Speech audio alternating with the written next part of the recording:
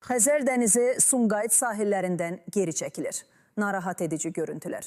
Xəzər dənizinin səviyyəsinin azalması Sumqayıt sahillərində daha aydın hiss olunmağa başlayıb. Son illərdə davam edən geriləmə prosesi nəticəsində dəniz bəzi ərazilərdə sahildən onlarla metr uzaqlaşıb. Nəticədə əvvəllər su altında qalan qumlu və çöküntü ilə örtülü sahələr üzə çıxıb. Sumqayıtın sahil boyu ərazilərində yaranan yeni mənzərə sakinlərin və şəhər qonaqlarının diqqətini cəlb edir. Sahil xəttindəki dəyişikliklər Xəzərdə su səviyyəsinin azalmasının təsirlərini açıq şəkildə göstərir. Mütəxəssislər bu prosesi iqlim dəyişiklikləri, yağıntıların azalması, buxarlanmanın artması və dənizi qidalandıran su ehtiyatlarının azalması ilə əlaqələndirirlər.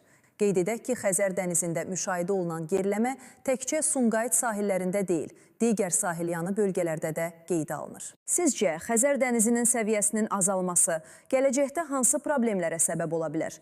Fikirlərinizi şərhlərdə yazın. Sumqayıt TV-ni izləməyi unutmayın.